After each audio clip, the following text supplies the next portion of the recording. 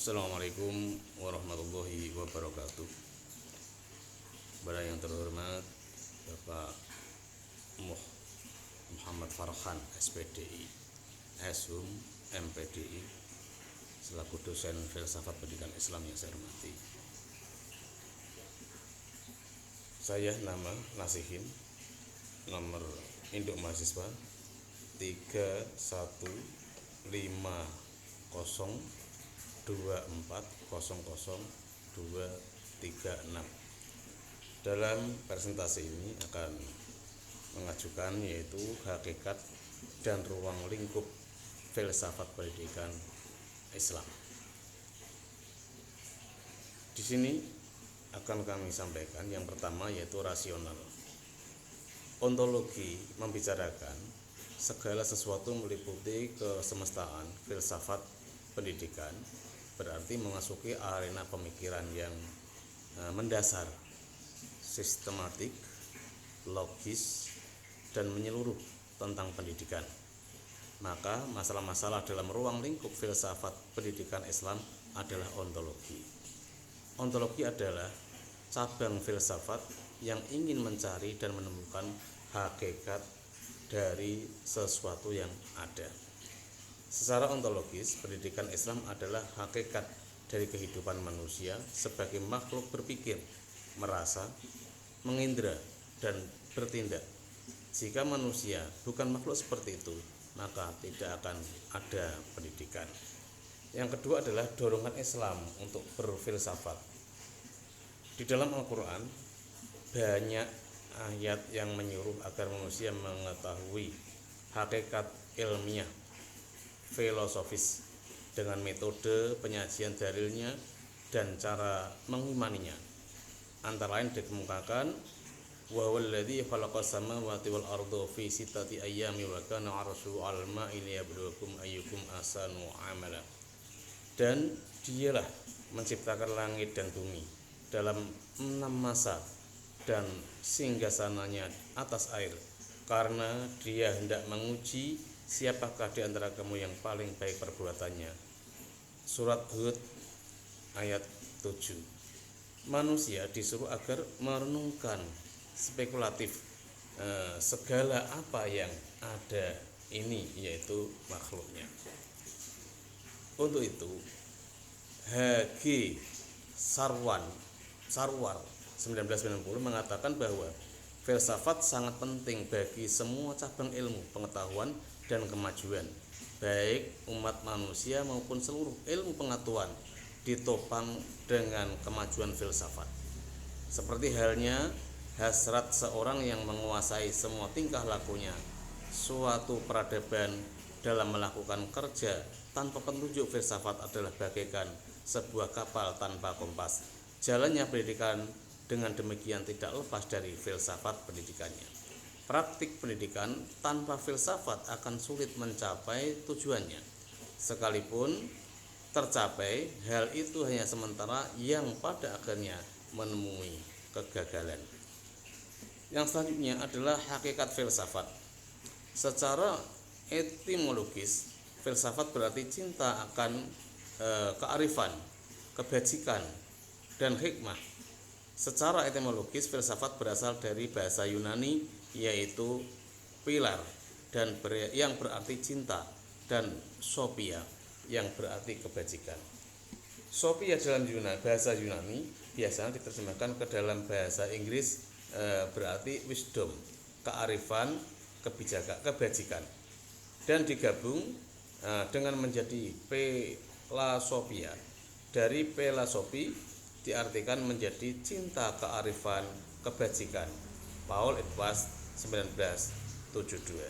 Jadi secara etimologi, filsafat berarti cinta kepada kebajikan, kebijaksanaan, dan kearifan.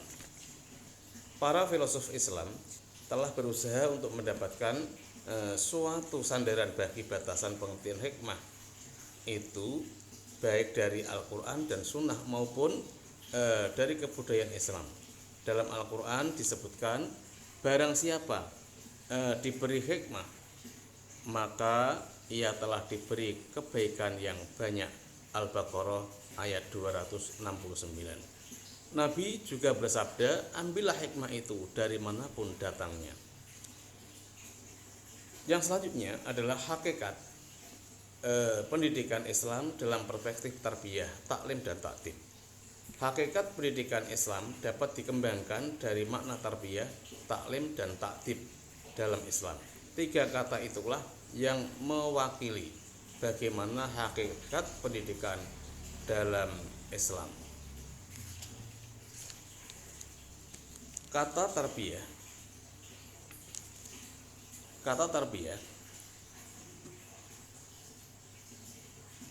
dalam lisanul Arab disebutkan berarti bertambah dan berkembang. Ada 2 pengertian tarbiyah, yaitu 1 menumbuhkan 3 fungsi yang berkaitan dengan fungsi fisik, fungsi akal dan fungsi budi pekerti, supaya sampai pada tingkat kesempurnaan dengan cara pelatihan dan pendidikan.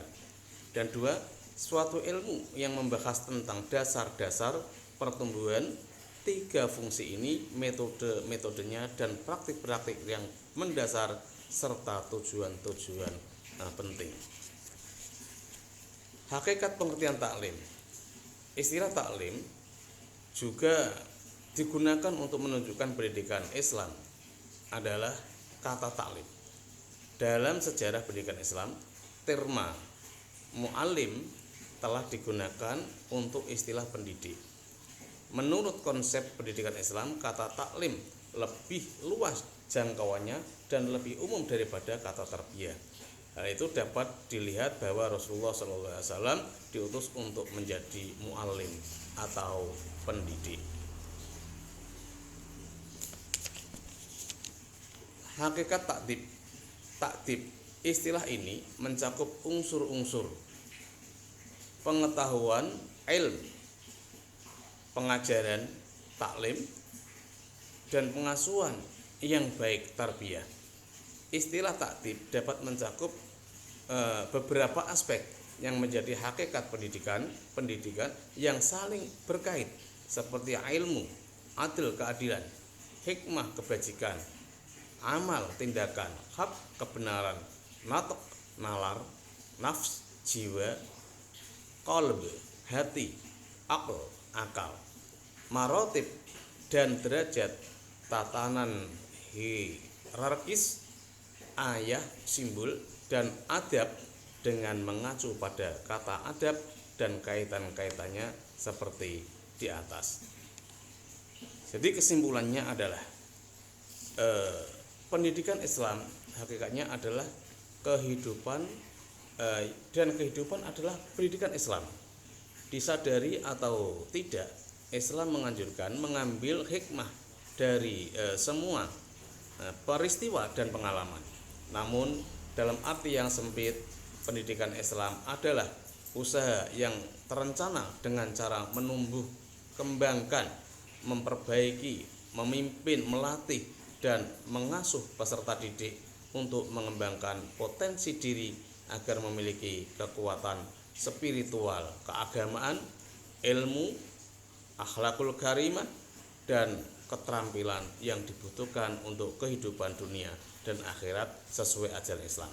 Filsafat pendidikan Islam adalah pemikiran-pemikiran filosofis yang sistematis dan radikal yang diambil dari 1. Sistem aliran filsafat, 2. Jawaban filosofis tentang pendidikan yang dapat dijadikan pedoman berdasarkan ajaran Islam.